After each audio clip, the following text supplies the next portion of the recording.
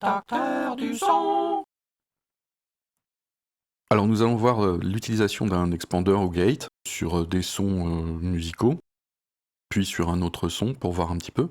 Alors là il ne s'agit pas de trouver le réglage optimum, mais de voir un peu les effets des réglages et comment ça réagit.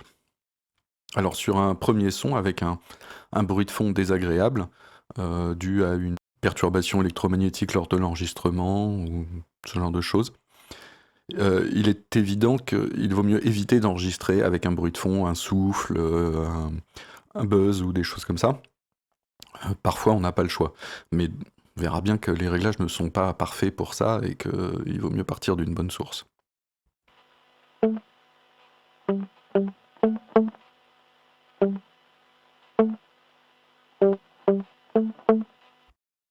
Donc on va régler le seuil au-dessus du bruit de fond et en dessous du signal. Puis on va atténuer avec le ratio tout ce qui se trouve en dessous du seuil.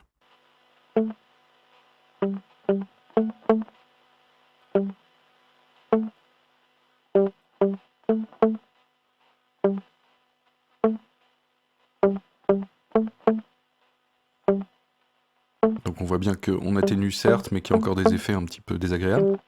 Donc on peut atténuer plus, remonter le seuil.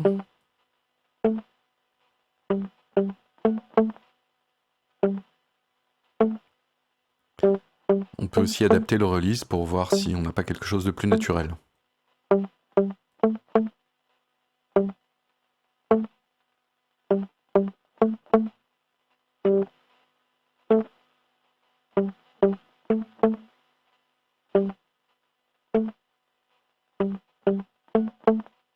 Voilà, donc en cherchant un petit peu le bon réglage, on va pouvoir avoir un son très propre. Il faut aussi évidemment travailler avec le mix, car des choses vont être masquées ou au contraire, si l'attaque est trop cassée par exemple.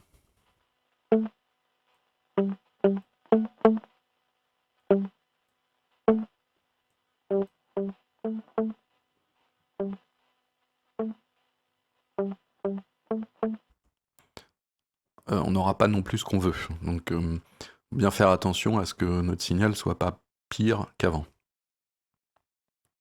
Alors sur un autre son, on va bien voir que ce n'est pas magique et que parfois on est coincé. Donc écoutons.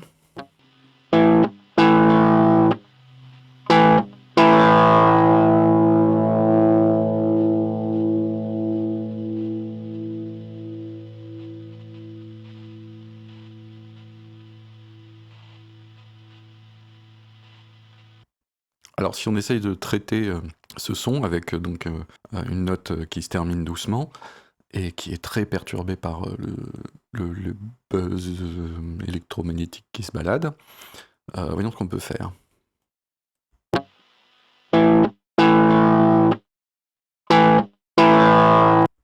Alors là ça paraît intéressant.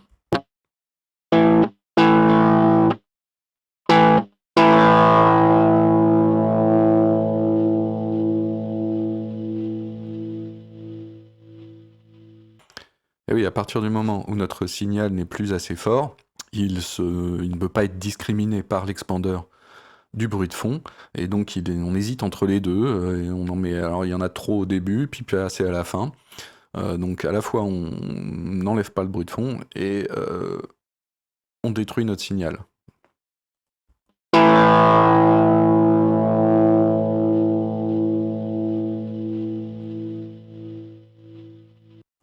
Alors on peut choisir de retirer le maximum de bruit de fond.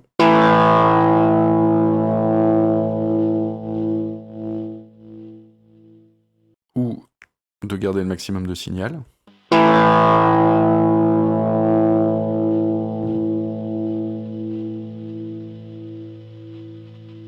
On voit bien que dans ces conditions, on n'arrivera pas à quelque chose de satisfaisant. Il faudra traiter autrement ce genre de buzz qu'avec, disons, un gate standard. Alors maintenant, on va essayer un traitement créatif grâce à l'expander. Partons par exemple de cette caisse claire. On va lui ajouter une grosse reverb.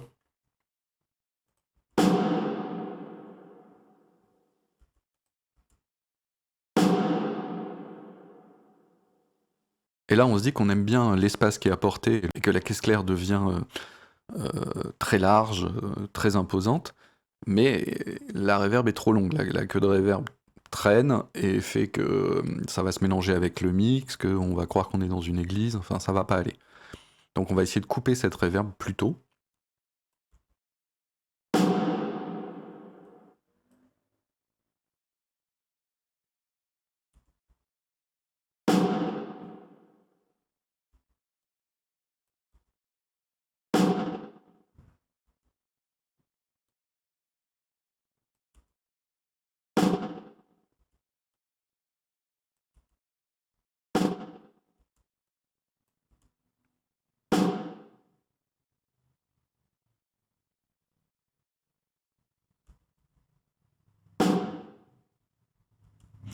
Voilà, donc on a vu qu'il fallait augmenter le temps de release pour ne pas avoir d'oscillation à la fin, parce qu'effectivement le son il n'est pas constant, il n'est pas précis, il n'est pas complètement... il n'est pas linéaire, donc si on met un seuil qui est trop entre deux niveaux, on a des hésitations dans le son, donc un release permet de lisser un petit peu la disparition du son. Et donc là on a toute la reverb dans la transitoire de la caisse claire. En revanche, on n'a pas de longue queue de reverb qui vient perturber le mix ensuite. Voilà, après on peut faire plein d'essais autour de ça. Alors là on va juste faire un test avec une voix enregistrée à l'extérieur. On va voir qu'on peut un peu améliorer les choses. C'est pas l'instrument idéal pour faire ça, mais ça nous donne des pistes sur ensuite comment on pourrait procéder. Cette voix est enregistrée à l'extérieur avec divers bruits parasites. Cette voix est enregistrée à l'extérieur avec divers bruits parasites. Cette voix est enregistrée à l'extérieur avec divers bruits parasites. Cette voix est enregistrée à l'extérieur avec divers bruits parasites. Cette voix est enregistrée à l'extérieur avec divers bruits parasites. Cette voix est enregistrée à l'extérieur avec divers bruits parasites. Cette voix est enregistrée à l'extérieur avec divers bruits parasites. Cette voix est enregistrée à l'extérieur avec divers bruits parasites. Voilà, donc on voit qu'effectivement on diminue le signal dès qu'il n'y a pas de voix, et que ça donne l'impression un peu de faire reculer le bruit de fond. Cela dit, il reste présent à chaque fois qu'il y a de la voix, et l'effet n'est pas forcément très agréable. On peut parfois le remarquer dans des séries télévisées quand effectivement il y avait beaucoup de bruit de fond à l'enregistrement des dialogues, et à chaque fois qu'en fait un personnage parle, on entend une remontée de souffle, de vent par exemple, ou de rumeurs de voiture. Ça donne quand même une piste sur comment on va pouvoir atténuer un petit peu le bruit de fond. Encore une fois, l'idéal c'est d'avoir un enregistrement propre à la base, mais dans plein de cas, dans plein de situations, on ne pourra pas faire autrement que, en post-production, essayer d'améliorer les choses. Voilà, c'était un passage rapide sur ces réglages d'expander, gate. N'hésitez pas à poser des questions en commentaire, et puis nous verrons d'autres plugins et d'autres réglages possibles dans les prochaines vidéos.